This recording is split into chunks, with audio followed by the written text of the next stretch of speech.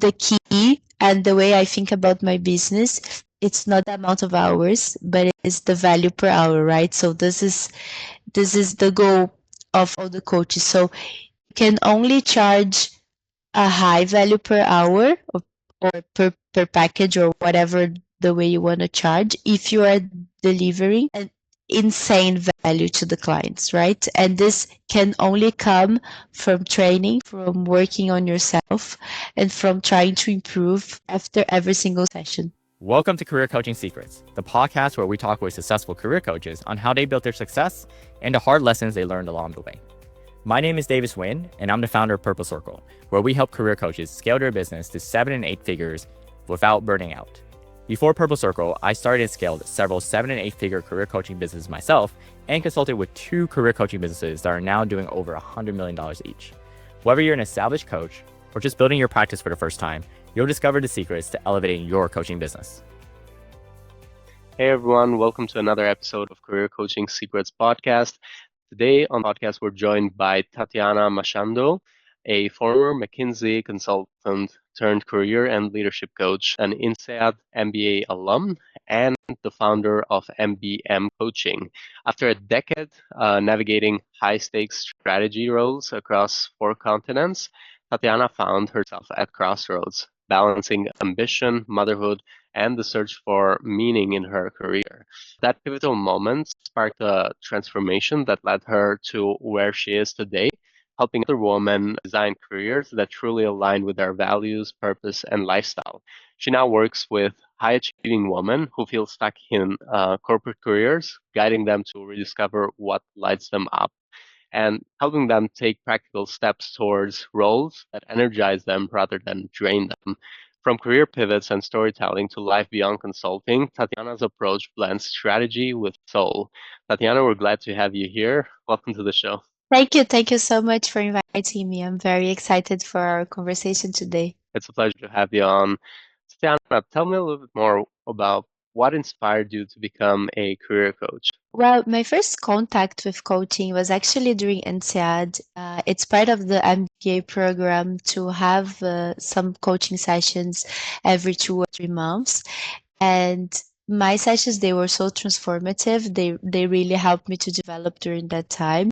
So back then, I developed my love and admiration for coaching. And since I ended my MBA, came back to the corporate world, got pregnant, and had my daughter, I started to reflect what path I would like to take because I very quickly realized that the corporate world was not for me anymore. And I was being coached back then, and I deep dive on this passion that I have for coaching and understand how I could use my time, my knowledge to help people facing all type of challenges and doubts on their careers. And then I decided to take this leap to career coaching, and I am very happy that I did. Nice. And how does the journey look like from the moment that you started your coaching business to where you are at today? I know it hasn't been that long, but potentially it might have changed from the moment that you started to now, right? Yeah, it has been around 7, 8 months, and it was quite fast, honestly, the start. When the moment I decided to do this, I started my training as well. For me, it was always very important that I had the good training and the good background to be a coach that can actually deliver the impact and the value that I want to have in people's lives. So I started my training, then I start to build the business, and I really start from zero. So the beginning was very intense and full of doubts. It took me a bit of time to really invest more of my attention on the business side. I was first focused more on the training side and on becoming a coach. So it took me a bit of time to really put attention on the business side. And once I did, I realized that there are so many things that we need to take care that like I had no idea anything. Like when you are a solopreneur, you are the marketing, you are the legal, you are the HR, you are like you deliver the value, you are everything. It was a journey, but now after 7 months, 7, 8 months, things are much more stable. So as of now, I finished my training, so I had confidence that I really have a lot of good tools to deliver the value that I want to deliver. I am more established in my business, so I have the business set up, I have the website, the LinkedIn, all those like tiny things that are required. I have a system that is working well to get a pipeline of new clients. I have my dedicated time to keep on developing myself because this is very important for coaches to keep on developing yourself and also taking care of your mental health and well-being to be present in the best way for your clients. And I have, of course, as well my dedicated time to be in the sessions with my clients. So now I feel that I am in a very good place with my business. There are a lot of things that I want to do that are in my to-do list, but I feel that the system that I built for myself today, it's sustainable and it's making me excited. Nice. Thank you for sharing it. Who do you work with and what transformation do you help them achieve? I know in the intro I talked a little bit about you helping women or high achieving women, but can you share more about that?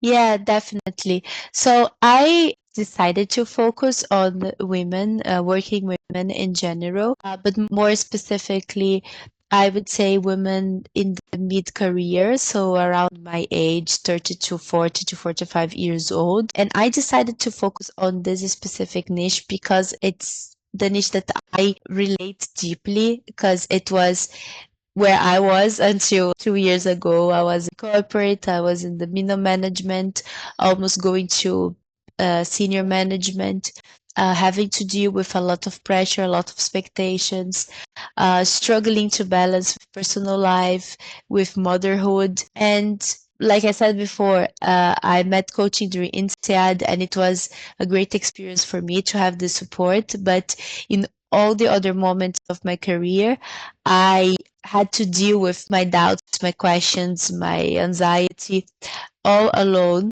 without having someone to share, without having support, without even like having a light in the end of the tunnel, you know? So when I decided to become a career coach, I decided that I wanted to be this person. I wanted to be this support for other women facing the struggles I faced, you know, from how to juggle motherhood with a career, with ambition. If you feel stuck at work because you don't like what you do, but it's the job that pays your bills and kept your lifestyle up to this point and you don't know what to do next. So I wanted to be this type of support for this type of women. So this is the niche that I decided to focus, and it was the best decision I made, honestly, because with all the amazing women that I deal, like all my clients, they are so really, really inspiring. When I empower them, I empower myself as well, you know? So it's like it's a two-way road because their stories are so amazing. But at the same time, the struggles are so similar. So I feel that, you know, like it creates this sense of community,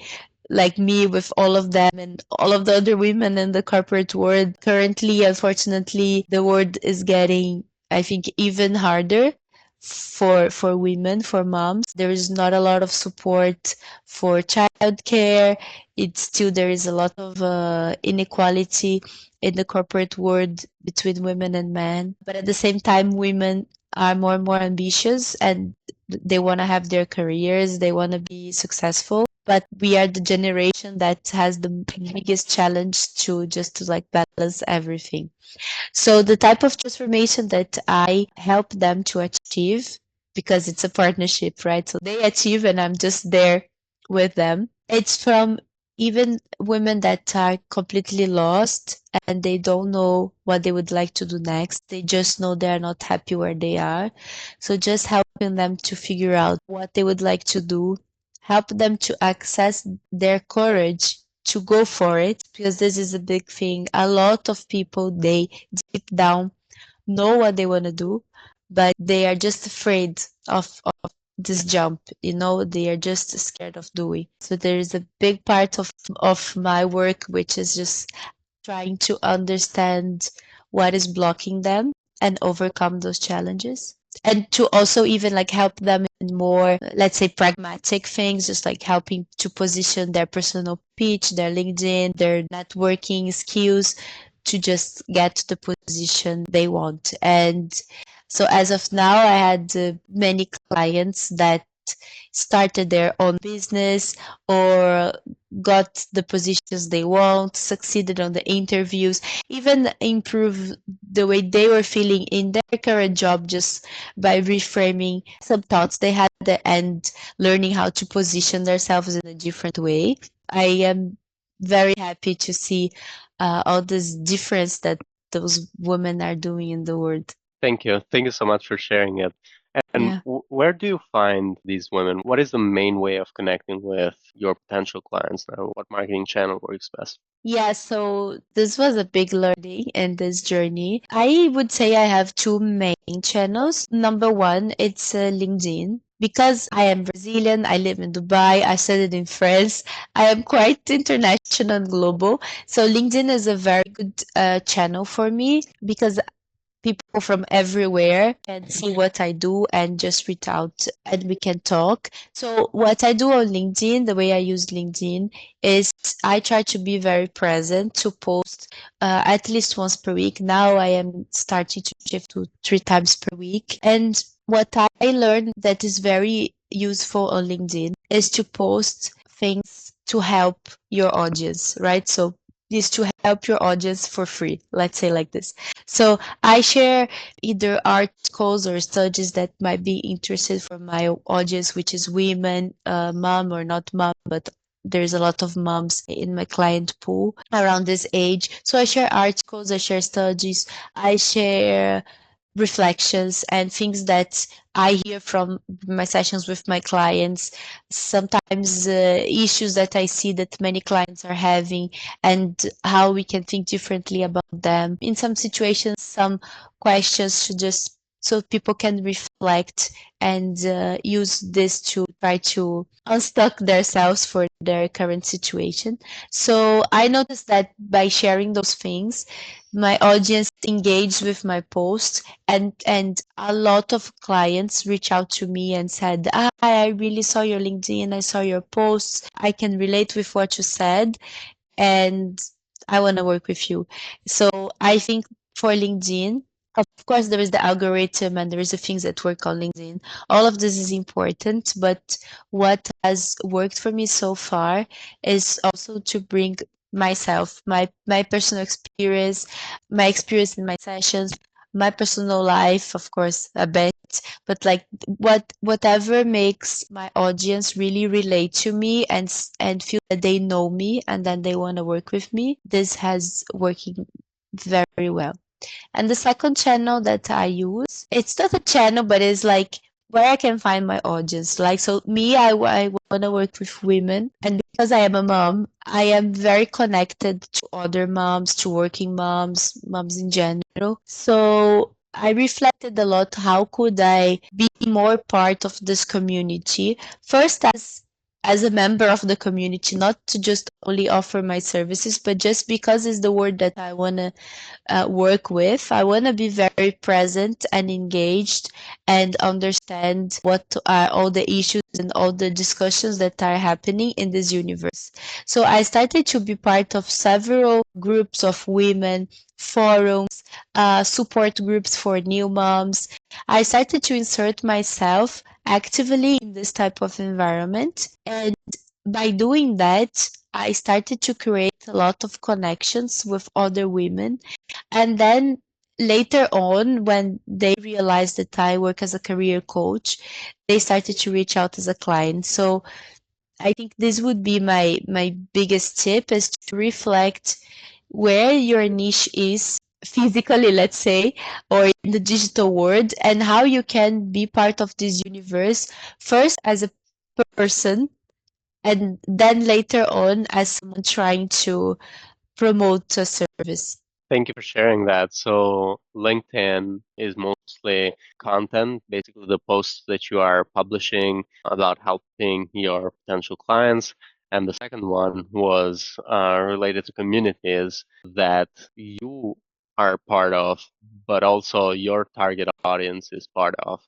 So you naturally are able to connect with them and potentially share with them what you're doing, and that kind of also has helped you. So Yeah, I really like that. That is an interesting approach. Do you have any goals you're working towards the next 1 to 3 years? I have many goals. I think the first goal is I want to get my PCC certification from ICF, which is the International Coaching Federation. And in order to get my PCC certification, I need to accumulate 500 hours of coaching and do a test, do an assessment, and get this certification. So this is something that I want. Of course, I'm already working as a coach. I have a lot of hours, but I think it's important to have this external stamp. Most of my career, I had those stamps. I was in a big consulting firm, then I did one of the best MBA in the world. So I want to just have this stamp. It is something that is important for me. And the second goal, it's a financial goal. It's not exactly because of the money, because definitely I am not a coach for the money. I am really a coach because I realize that this is my purpose, but it will make me feel very happy and proud of myself once I reach a specific financial target that I think I can definitely reach in 2 years based on my calculations. So once I reach this financial target, I feel that I did it. Okay, so thanks so much for sharing it. And in terms of investments, what investments or support has been most valuable for you growing your coaching business so far? I think number one is the training. I did a very good and extensive training from Ericsson. And I do believe that it's important to have a good training and to have a lot of practice and mentorship as a coach, because it doesn't matter all the marketing tools that you try to use in your business, but if you don't deliver the value to your clients, I don't think you can grow your business. And I think the key and the way I think about my business, it's not the amount of hours, but it's the value per hour, right? So this is the goal of all the coaches. So you can only charge a high value per hour or per package or whatever the way you want to charge if you are delivering an insane value to the clients, right? And this can only come from training, from working on yourself, and from trying to improve after every single session. So I think this would be the number one thing is the training, and inside the topic of training, having mentorship. So being mentored by coaches that have 10, 15, 20 years of experience, that have thousands and thousands of hours of coaching, can really, really, really change your perspective, can help you notice tiny things that you never notice about yourself. So it's really, really helpful. And the second thing I would say is the investment. It's more investment in time. It's the investment to learn everything related to your business. So it's to research what are the best ways to market yourself. It's to research how the LinkedIn algorithm works and how you can create a content that will help your audience, but also would give you the visibility you are looking for. Is to research the best way to pitch yourself, to communicate, to invest in your image. So all those tiny things that are related to your business, that in my case, my business is me, right? So all those tiny things, I realized that I could not do only following my common sense or the things that I knew so far. I had to invest time and study and understand from people that know better than me, and then apply this in my business. So yeah, I would say definitely those two things. Nice. And is there anything you wish you had known when you first started scaling your coaching business, like an unexpected lesson learned? Yeah, I think one thing is that the amount of things that come together with having your business. Maybe I was too naive, but I thought it was like, yeah, okay, I do my training, I am a coach, we can do sessions on Zoom, that's it. But no, there is a lot of things and a lot of admin work that comes with your business. and those take a lot of time, and not necessarily they are something that you thrive doing, so not necessarily you'll be good in doing all the admin tasks or the invoices, or or the content creation. So this is something that I didn't realize, and it was quite of a shock for me. So for anyone else starting this journey, consider this, and consider that you might need help. If you're not good in stuff, you might need help of a copywriter to help you with content creation, or you might need help of an accountant, or I don't know. Consider this. And the second thing is that coaching, it's a relationship business, and taking care of yourself is really important. So you cannot do 10 sessions per day. You need a bit of time in between. You need time to rest. You need time to relax and to empty your head. You cannot be extremely tired or extremely stressed. You need time to separate yourself from whatever is going on in your personal life and your coaching sessions. This was also something that I didn't realize. And when I start to have more and more clients, I was like, oh my God, I just like, I need a bit of a no meeting time, to just like come back to myself and be grounded, to be present to my clients. Yeah, totally. And I wanted to ask you about how do you handle, and you kind of leaned on this a little bit, how do you handle the balance between delivering great client results and managing business growth on the other side? Yeah, honestly, this is a big challenge. What I try to do, I try to separate time in my calendar to do, let's say, business work, and then a different time to do coaching sessions and personal work, right? Which is, I think, is part of like this coaching mindset that we need to have. And this is one thing. And the second thing, I prioritize always my clients. So there are a few weeks that I have a lot of clients and I have a lot of sessions, and I am feeling more drained. I need more time to recover. I do less for my business, and that's it. Like we entrepreneurs, we can organize our schedules in the way that works better for us. So I always prioritize my well-being and my clients before working on the business growth. And of course, sometimes this slows down a bit the pace of growth and the things that I'm able to do, but I don't want to jeopardize the quality that I'm delivering to my clients. But since I start to have more clients, I made this fixed in my calendar that I need time to do things for myself. So either to study or to relax or to read, to do exercise, all of those things that are always important in our lives, but it became for me mandatory now that I work with people and I have to be in my best shape for them.